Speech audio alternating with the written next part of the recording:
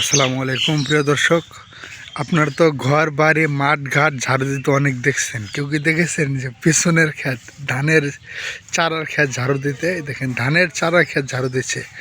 এ ভাই, এ ভাই, এদিকে তাকান ভাই, ক্ষেত ঝাড়ু দিচ্ছেন কেন? কি হয়েছে?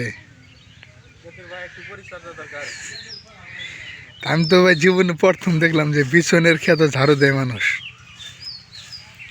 কি ময়লা হয়েছে না কি বুঝলাম না, একটু বুঝা কোন তো দেখি কি হয়েছে। এই বেসনের চারা খায় দর্শক, দেখেন দেখেন, এটা চারা দেখতে পাচ্ছেন, ধানের চারা। এই ধানের চারাগুলো দেখেন কেউ ঝাড়ু দিচ্ছে।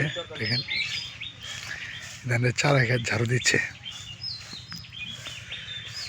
এই চারা খেতে নাকি পরিচর্যা করতে হয়, পরিষ্কার করতে হয়।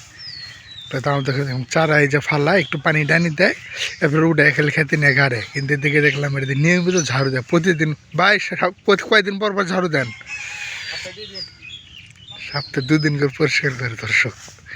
পেছনে গাছ সপ্তাহে 2 দিন করে পরিষ্কার করে। দেখেন কি সুন্দর করে ঝাড়ু দিচ্ছে।